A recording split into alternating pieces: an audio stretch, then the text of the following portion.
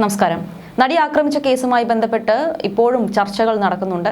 ഈ വിഷയവുമായി ബന്ധപ്പെട്ട് തുടക്കം മുതൽ തന്നെ പലരും ദിലീപ് കേസുമായി ബന്ധപ്പെട്ട് പ്രവചനങ്ങൾ നടത്തിയിട്ടുണ്ട്. ദിലീപ് രക്ഷപ്പെടുമോ ഇല്ലയോ എന്നുള്ള പ്രവചനങ്ങളെല്ലാം തന്നെ ഒരു സമയത്ത് നടക്കുന്നുണ്ട്. താരങ്ങളെക്കുറിച്ചുള്ള പ്രവചനങ്ങളെല്ലാം തന്നെ സോഷ്യൽ മീഡിയയിൽ വൈറലായി മാറാറുമുണ്ട്.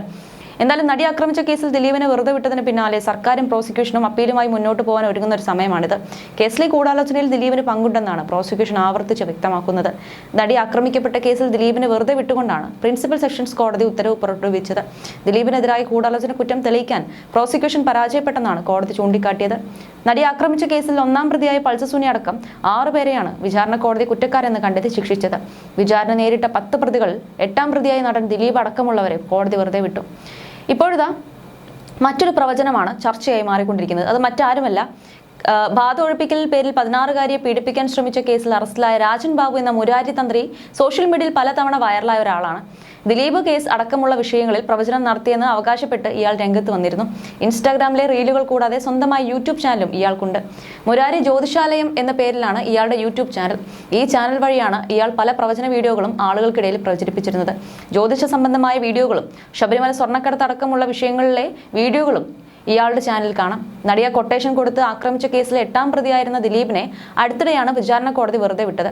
എന്തായാലും നടി ആക്രമിക്കാൻ ദിലീപ് ഗൂഢാലോചന നടത്തിയെന്ന് തെളിയിക്കാൻ പ്രോസിക്യൂഷന് സാധിച്ചില്ലെന്നാണ് കോടതിയുടെ കണ്ടെത്തൽ. ദിലീപിന്റെ ജയിൽവാസവും ശിക്ഷയിൽ നിന്നുള്ള മുക്തിയും അടക്കമുള്ളവ നേരത്തെ പ്രവചിച്ചിരുന്നുവെന്ന് അവകാശപ്പെട്ട് ചിലർ രംഗത്ത് വന്നിരുന്നു.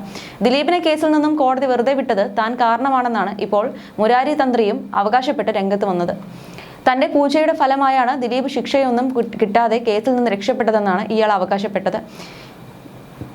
ദിലീപ് കേസ് കൂടാതെ ഷിരൂരിലെ മണ്ണിടിച്ചിലിൽ അകപ്പെട്ട ഡ്രൈവർ അർജുന്റെ വാഹനം കിടന്ന ദിശ താൻ പ്രവചിച്ചിരുന്നുവെന്നും ഇയാൾ അവകാശപ്പെട്ടിരുന്നു. അതേസമയം തന്നെ നേരത്തെയും ഇത്തരത്തിലുള്ള നിരവധി പ്രവചനങ്ങൾ നടന്നിട്ടുണ്ട്. അത്തരത്തിൽ പ്രവചനം നടത്തിയ ഒരാൾ തന്നെയായിരുന്നു സുനിൽ പരമേശ്വരൻ. സുനിൽ പരമേശ്വരൻ പറഞ്ഞ വാക്കുകൾ ഇങ്ങനെയായിരുന്നു: എൻ്റെ മനസ്സിനെ സ്പർശിച്ച ഒരു സന്ദേശം എനിക്ക് വന്നു. ആ വിഷയം ഞാൻ സംസാരിക്കണമെന്ന് ആഗ്രഹിച്ചതല്ല. ആ വിഷയത്തിലെ മറ്റു കാര്യങ്ങളൊന്നും ഞാൻ സംസാരിക്കാൻ വിചാരിച്ചതല്ല. വേട്ടയാടപ്പെട്ടവൾക്കൊപ്പം എന്ന് പറഞ്ഞുകൊണ്ട് ഒരു പെൺകുട്ടി എഴുതിയ കത്താണ്. ബാക്കിയൊക്കെ നിങ്ങൾക്കറിയാം എന്തായിരിക്കും ഈ വിഷയമെന്ന്. പ്രിയപ്പെട്ടവളെ, നീ അതിജീവിതയല്ല, വേട്ടയാടപ്പെട്ടവളാണെന്നാണ് കത്തിൽ പറയുന്നത്. അതിലെ ഓരോ വാക്കുകളും അത്രത്തോളം കഠിനവും തുളച്ചു കയറുന്നതുമായിരുന്നു. വരാനിരിക്കുന്ന ഭ്രൂണങ്ങളുടെ ശാപം വരെ ഇതിന് പിന്നിൽ പ്രവർത്തിച്ചവർക്കുണ്ടാവുമെന്നാണ് അതിൽ പറയുന്നത്. ഇതൊരു സ്ത്രീ എഴുതിയതാണ്. കഴിഞ്ഞ ദിവസം നടന്ന വേട്ടയാടപ്പെട്ട ആ പെൺകുട്ടിയുടെ കാര്യമാണ് അതിൽ പറയുന്നത്. തന്റെ നഗ്നത മുഴുവൻ വേട്ട നായ്ക്കൾക്ക് മുൻപിൽ അടിയറ പറയേണ്ടി വന്നവൾ. അരുതേ അരുതേ എന്ന് പറഞ്ഞ് കരഞ്ഞിട്ടും തന്റെ സമ്പത്തിൽ നിന്ന് എന്ത് വേണമെങ്കിലും തരാമെന്ന് പറഞ്ഞിട്ടും നഗരത്തിന്റെ ഹൃദയത്തിൽ കൂടി ഒരു വണ്ടിയിൽ വെച്ച് വേട്ടയാടപ്പെട്ടവളുടെ കഥയാണ്. ആ പെൺകുട്ടിയെ എങ്ങനെയാണ് നമുക്ക് മറക്കാൻ പറ്റുക? എന്താണ് ആ പെൺകുട്ടിക്ക് വേണ്ടി നമുക്ക് ചെയ്യാൻ കഴിയുക? ലക്ഷോപലക്ഷം പേരുടെ വെന്തു നീർന്ന വേദനയാണിത്. എന്നെ ഇക്കാര്യം ചോദിച്ചുകൊണ്ട് എത്രയോ പേരാണ് വിളിക്കുന്നത്. ഇത് ഞാൻ പറയണമെന്ന് ആഗ്രഹിക്കുന്ന ആളല്ല ഞാൻ.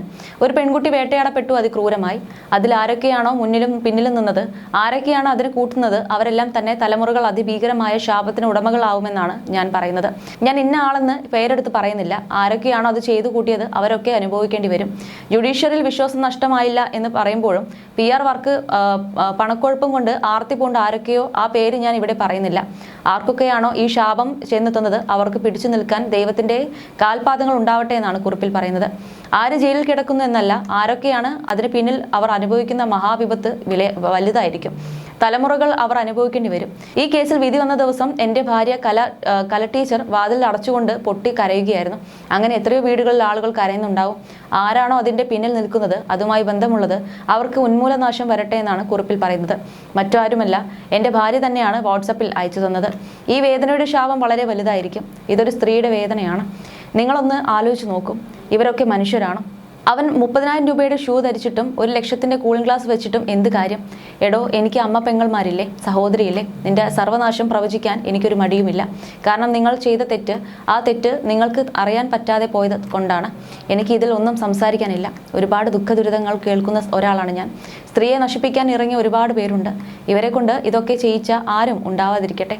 അങ്ങനെ ഒരാൾ ഉണ്ടെങ്കിൽ അയാൾക്ക് വരാൻ പോകുന്ന മഹാദുരന്തം ആർക്കും അയാളെ രക്ഷിക്കാൻ കഴിയില്ല.